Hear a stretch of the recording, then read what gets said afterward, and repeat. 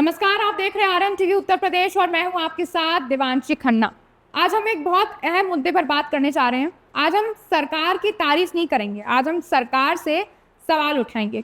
हर बार हम सरकार की तारीफ करते हैं, लेकिन अब एक उत्तर प्रदेश के बारे में एक नई रिपोर्ट निकलकर सामने आई है। पिछले 2 महीनों से आप देख रहे होंगे कि भारत की उपलब्धि के बारे में, प्रदेश की उपलब्धि के बारे में कई नए डेटा, कई नई रिपोर्ट्स निकलकर सामने आ रही हैं। ऐसी ही एक नई रिपोर्ट 2-3 दिन पहले जो है साझा की गई। इसमें बताया गया है कि पूरे देश में जो सबसे स्वच्छ प्रदेश है उसको उत्तर प्रदेश को पहला स्थान मिला है।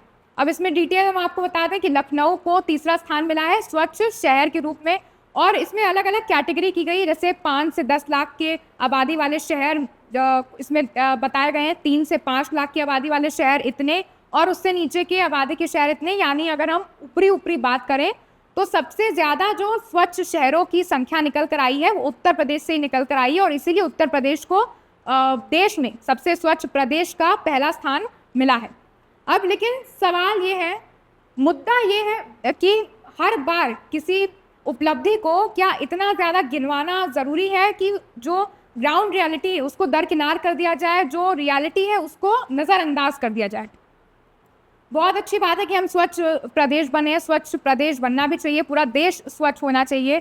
दिक्कत इस चीज़ से नहीं है, दिक्कत किसी भी उपलब्धि से नहीं है। दिक्कत इस बात से है कि सरकार हो या फिर मीडिया से भी हो, हम भी मीडिया से हम आपको जानकारी देते हैं, लेकिन फिर भी सवाल है कि हर बार किसी उपलब्धि को इतना ज़्यादा हाइप कर दिया जाता है कि जो असल में रियलिटी है उसको दरकिनार कर दिया जाता है। अब हम आपको कुछ एग्जाम्पल्स के थ्रू इसको बताएंगे। अभी कुछ दिन पहले एक्सट्रीम पॉवर्टी की रिपोर्ट सामने आई थी कि अत्यधिक गरीबी पूरे भारतवर्ष में बहुत ज़्यादा कम हुई है। चलिए, वो भी अच्छी बात है। फिर रिपोर्ट आई थी कि पूरे दुनिया भर में भारत सबसे बड़ी चौथी अर्थव्यवस्था बन गया और हमने जापान को पीछे छोड़ दिया। ये भी चलिए बहुत अच्छी उपलब्धि है, लेकिन सवाल फिर यही उठता है कि क्या जापान को सही में पीछे छोड़ दिया है? जापान खाली एक आंकड़ा दिखा देने से कि हमने इतने नंबर, कुछ पॉइंट के नंबर हमने पीछे छोड़ दिया, तो क्या जापान से हम आगे हो गए? जापान जितने हम वो अत्याधुनिक हो गए? नहीं। मुद्दा यही है कि आप उपलब्धि को उतना ही गिनवाएं जितना उसको दिखाना चाहिए, जितनी उसकी लिमिट होनी चाहिए। चीज़ों को दरकिनार करके दिखाना ये बहुत ही एक गलत ट्रेंड बनता जा रहा है।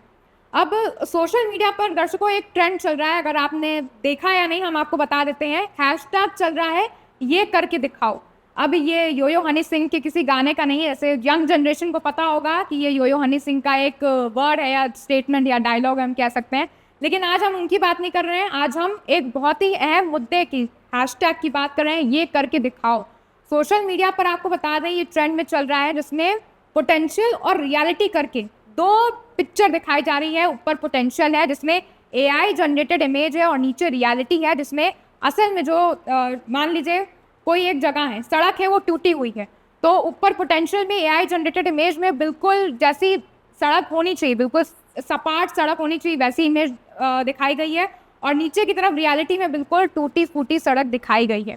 तो मुद्दा यही है कि आप चीज़ों को दरकिनार करके इतनी ज़्यादा उपलब्धि नहीं गिनवा सकते हैं।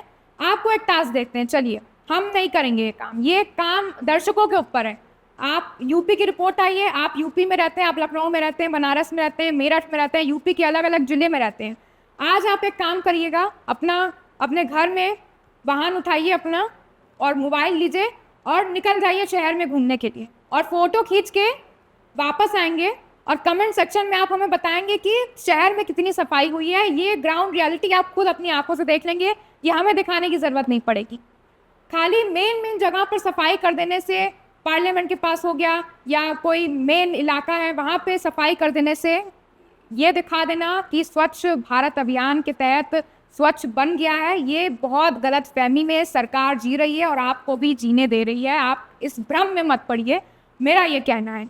आप खुद अपनी नज़रों से जाके देखिए कि जो स्लम एरिया है वहाँ पे कितनी सफाई है, जो अलग अलग नालों की कितनी सफाई हो रही है। और वो सब तो छोड़िए, आपके घर के बाहर की सड़क बिल्कुल टूटी हुई है, ये आज के दिन की रियलिटी है।